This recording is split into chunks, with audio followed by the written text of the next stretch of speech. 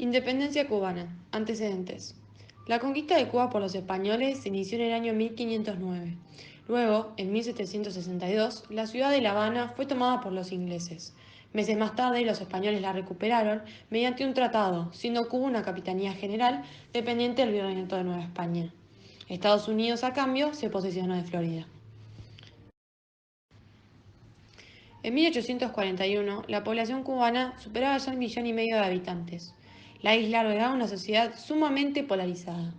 Entre la oligarquía de terratenientes criollos y grandes comerciantes españoles y la gran masa esclava, subsistían las disímiles capas medias, integradas por negros y mulatos libres y los blancos humildes del campo y las ciudades. La esclavitud constituyó una importante fuente de inestabilidad social, no solo por las frecuentes manifestaciones de rebeldía de los esclavos, tanto individuales como en grupos, sino porque el repudio a dicha institución dio lugar a conspiraciones de propósitos abolicionistas. Además, desde finales del siglo XVIII, por primera vez en Cuba, un grupo de hombres nacidos en tierra cubana se preocuparon por el desarrollo económico del país. Ellos consideraban que para lograrlo era necesario hacer una serie de reformas en la política que seguía España en la colonia, por lo que se los conoce como reformistas. Ellos lograron conseguir para Cuba las siguientes: permitir la libre entrega de negros esclavos a Cuba durante 2 años, autorizar el libre comercio con algunos países y autorizar el desestanco del tabaco. Estas reformas beneficiaban considerablemente a los ricos terratenientes criollos, pues podrían producir grandes cantidades de azúcar al contar con suficiente mano de obra esclava para sus ingenios y podrían vender este producto a otros países. El desestanco del tabaco beneficiaba además a los productores pequeños. La rapaz y discriminatoria política colonial de España favoreció el desarrollo de otra corriente política que cifraba sus esperanzas de solución de los problemas cubanos en la anexión a Estados Unidos. En esta actitud convergía tanto un sector de los hacendados esclavistas que veían en la incorporación de Cuba a Estados Unidos una garantía para la supervivencia de la esclavitud, dado el apoyo que encontrarían en los Estados Unidos. Hacia 1868, la agudización de las contradicciones existentes en el país hace que el sector más revolucionario de los terratenientes cubanos se plantee la búsqueda de una salida por la vía independentista. El país estaba atravesando una crisis económica de la cual le iba a ser imposible salir de seguir siendo colonia de España. Esta situación se dio como consecuencia de las crisis mundiales de 1857 y 1866, ya que causaron que el precio del azúcar, principal materia prima exportada por el país, disminuyera notablemente. Sacudida también por los efectos de la crisis, trató de resolver sus dificultades a costa de sus colonias. Así, utilizó el presupuesto cubano en asuntos de interés propios, dejando completamente de lado las necesidades económicas de la isla. Desarrollo. Como consecuencia de la mala relación con España, en 1868 comienza la Guerra de los 10 Años, o como se le conoce también, Guerra Grande o Guerra del 68.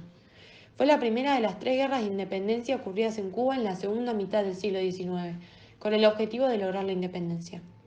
La guerra comenzó con el Grito de Yara, en una finca que pertenecía a Carlos Manuel de Céspedes, quien reunió a los independentistas cubanos listos a sublevarse y liberó a sus esclavos, invitándolos a unirse a su lucha, pronunciando el manifiesto de la Junta Revolucionaria de la isla de Cuba. Con esta primera acción se inició el periodo revolucionario de guerras de independencia de Cuba. Diferente a las acciones de primera mitad del siglo, esta guerra tuvo un carácter anticolonialista, antiesclavista y de liberación nacional. Además, desde el punto de vista cultural, ayudó a que el nacionalismo se afianzara. Se luchó por el progreso de la economía y sociedad. En los primeros días de abril de 1869, se reunieron en el pueblo de Guaymaro Céspedes y 10 miembros de su consejo para organizar la formación de un gobierno nacional. Así fue que el 11 de ese mes quedó constituida la Cámara de Representantes y al día siguiente Céspedes fue elegido presidente de la República. Además, se hizo la primera constitución que regirá hasta 1878. Pero, a pesar del éxito de la invasión de Guantánamo del Ejército Libertador cubano, comenzaron a surgir divisiones dentro de los revolucionarios, que ocasionaron la destitución de Céspedes en 1873, quien un par de meses después murió en combate. En 1878 ocurrió el Pacto de San Juan, que dio fin a esta guerra. En este se fijaron las exigencias para la capitulación de las fuerzas cubanas y se franquearon las vías marítimas y terrestres para su libre movimiento. Los enfrentamientos continuaron, a pesar de todo, con la protesta de Baraguá el 15 de marzo de ese mismo año. En ella, los jefes revolucionarios manifestaron su descontento con el pacto y su voluntad para continuar la lucha por la independencia. Es así que continuaron los enfrentamientos entre ambas partes hasta 1898, donde Estados Unidos intervino.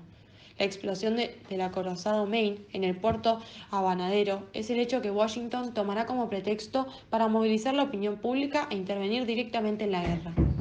Aunque admite formalmente la independencia de Cuba sin reconocer sus instituciones, Estados Unidos entra en guerra con España y con la colaboración de las fuerzas mambisas desembarca sus tropas en la costa sur de la zona oriental de Cuba. Es así como logrará controlar y apropiarse las colonias españolas Cuba, Puerto Rico y Filipinas. Constituciones. La primera constitución fue la de Guaymaro en 1869, que rigió hasta 1878. Los delegados aprobaron una Carta Magna en la que se nombraba la estructura del aparato directivo con la división en los poderes ejecutivo, legislativo y judicial, con la creación de una Cámara de Representantes para la dirección de las acciones. Carlos Manuel de Céspedes fue designado primer presidente de la República en armas y como vicepresidente resultó electo el camagüeyano Salvador Cisneros Betancourt. La segunda fue en 1878, cuando Antonio Maceo no aceptó el pacto celebrado con los españoles y con algunos parciales continuó la resistencia en Oriente. En Baraguá, los protestantes acordaron una sucinta constitución, la cual estableció un gobierno provisional. Para sustituir a la caducada Carta de Guaymaró, Fernando Figueredo redactó una nueva constitución de cinco artículos.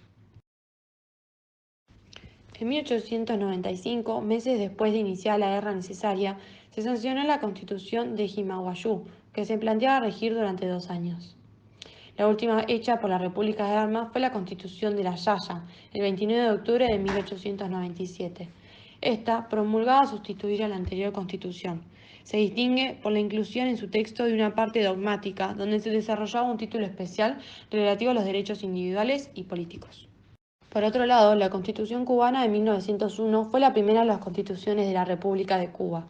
Esta entró en vigor en el país el 20 de mayo de 1902 y los gobiernos operaron bajo ella hasta que fue reemplazada por la Constitución cubana de 1940.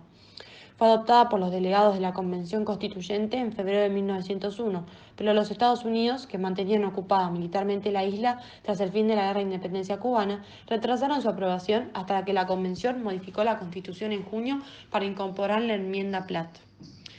Luego, en 1940, se reemplazó inspirándose en la Constitución española de 1931 y constaba de 286 artículos. Muchos de ellos se debieron a la influencia de una fracción comunista y otros delegados de corte izquierdista bajo la influencia de la Revolución Cubana de 1933. El 24 de febrero de 1976 fue proclamada la Constitución cubana aprobada mediante referéndum popular. Consagró la transformación de Cuba en un Estado socialista. Esta ha sido enmendada 3 veces, siendo la última el 26 de junio del 2002.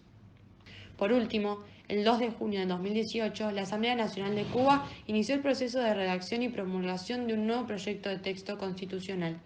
El 21 de junio se discutió y aprobó el anteproyecto que fue sometido a debate popular y posteriormente el texto final fue aprobado en referéndum en febrero de 2019 y entró en vigor el 10 de abril. Cuba frente a la Primera Guerra Mundial. La Guerra Mundial, contemporáneamente llamada la Gran Guerra, fue una confrontación bélica centrada en Europa que empezó el 28 de julio de 1914 y finalizó el 11 de noviembre de 1918. Estados Unidos se unió en 1917 a la guerra, por ende, debido a la relación de dependencia que Cuba tenía con este, se vio inmerso a meterse y ayudar a esta potencia.